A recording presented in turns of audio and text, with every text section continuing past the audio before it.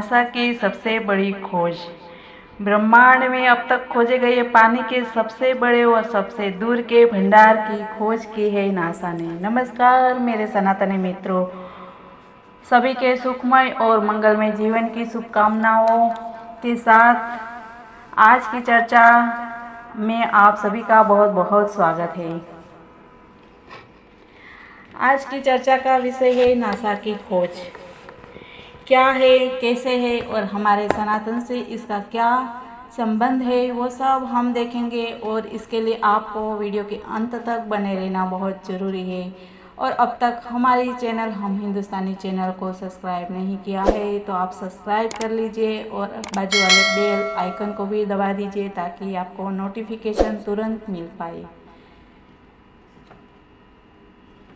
NASA की टीमों ने ब्रह्मांड में अब तक पाए गए पानी के सबसे बड़े और सबसे दूर के जलाशयों की खोज की है। दुनिया के महासागर के सभी पानी के 140 खरब गुना के बराबर एक विशाल पानी का भंडार मिला है, जिसको नाम दिया गया है क्वासर। यह पृथ्वी से करीब 12 अरब से भी अधिक प्रकाश वर्ष दूर है। और इसका कैसे हम अपने पुराण और कैसे हम इससे जोड़ सकते हैं, आइए इसका हम विस्तार से समझने की कोशिश करते हैं। विष्णु भगवान ने पृथ्वी को किस समंदर से निकाला था, जबकि समंदर पृथ्वी पर ही है। बचपन से हमारे मन में यह सवाल था, आखिर कैसे पृथ्वी को समंदर में छिपाया गया था। हिरण्यकश्यप का भाई हिरण्याक्ष ने पृथ्वी को ले जाकर समंदर में छिपाया था। फलस्वरूप भगवान विष्णु ने शुकर का रूप धारण करके हिरण्याक्ष का वध किया और पृथ्वी को पुनः अपनी कक्ष पे स्थापित कर दिया। इस बात को आज के युग में एक दंत कथा के रूप में लिया जाता था। लोगों को ऐसा मानना था कि ये सरासर गलत और मन गढ़ंत कहानी है, लेकिन नासा की एक खोज के अनुसार खगोल विज्ञान की 2 टीमों ने ब्रह्मांड में अब तक खोजे गए पानी के सबसे बड़े और सबसे दूर के जलाशयों की खोज की है। उस जलाशय का पानी हमारी पृथ्वी के समुद्र के 140 खरब गुना पानी के बराबर है, जो 12 बिलियन से अधिक प्रकाश वर्ष दूर है। जाहिर सी बात है कि उस राक्षस ने पृथ्वी को इसी जलाशय में छुपाया होगा। इसे आप भवसागर भी कह सकते हैं, क्योंकि हिंदू शास्त्र में भवसागर का वर्णन किया गया है। जब हमने यह खबर पढ़ी तो हमारा भ्रम भी दूर हो गया और अंत में सिर्फ इतना ही कहना चाहेंगे कि इस ब्रह्मांड का रचयिता, जिसकी मर्जी से ब्रह्मांड चलता है, उसकी शक्तियों के थाह लगाना एक तुच्छ मानव के बस की बात नहीं है। मानव तो अपनी आँखों से उनके विराट स्वरूप का भी दर्शन नहीं कर सकता है। इसीलिए जब अर्जुन को विराट स्वरूप का दर्शन कराना था, तभी श्री कृष्ण ने उनको दिव्य चक्षु दिए थे, तभी वो विराट स्वरूप का दर्शन कर पाए थे। जिस किसी को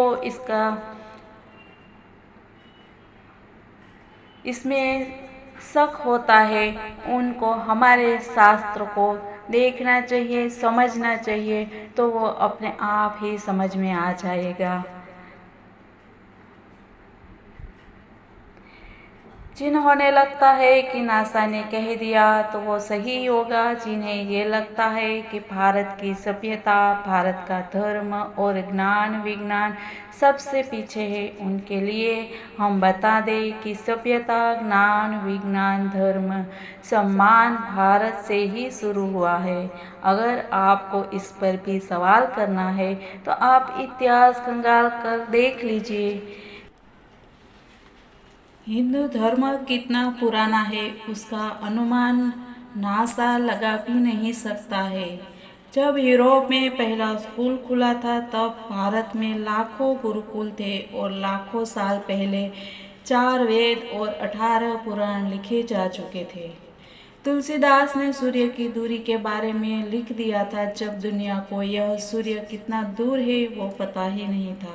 खगोल शास्त्र के सबसे बड़े वैज्ञानिक आर्यभट्ट जो भारत के थे, उन्होंने दुनिया को अवगत कराया कि ब्रह्मांड क्या है, पृथ्वी का आकार और व्यास कितना है। और आज कोई अज्ञानी विदेशी संस्कृति से भारत को नीचा प्रभावित होकर भारत को नीचा दिखा रहे हैं, तो उनसे बड़ा देशद्रोही और कोई नहीं हो सकता है।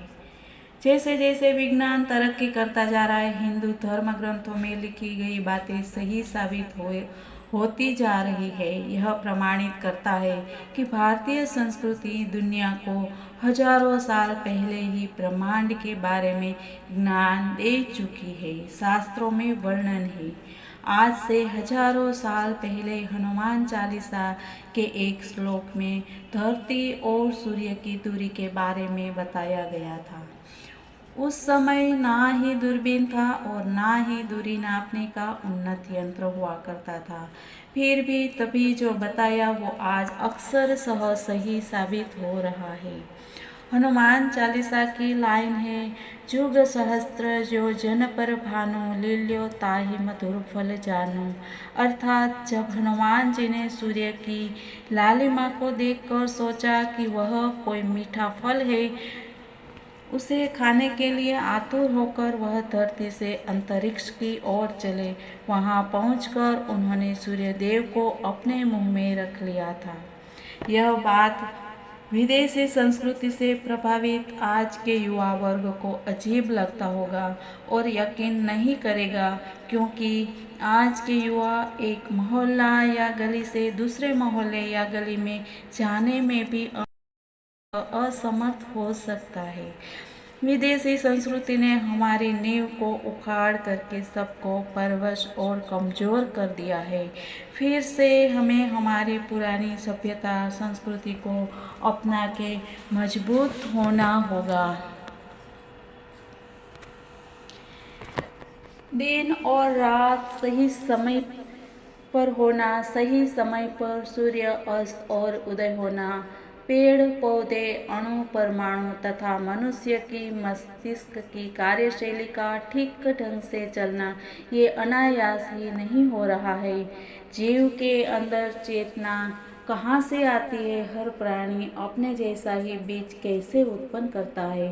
शरीर की बनावट उसके ज़रूरत के अनुसार ही कैसे होती है? बिना किसी निराकार शक्ति के ये अपने आप होना असंभव है।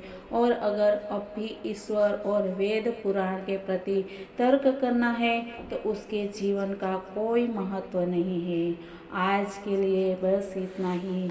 यह संदेश आपको कैसा लगा ये ज़रूर बताना, और अगर आपको यह पसंद आया है तो इस वीडियो को लाइक और शेयर भी कर देना और चैनल को सब्सक्राइब कर दीजिए। तब तक के लिए मित्रों, जय हिंद, वंदे मातरम, भारत माता की जय।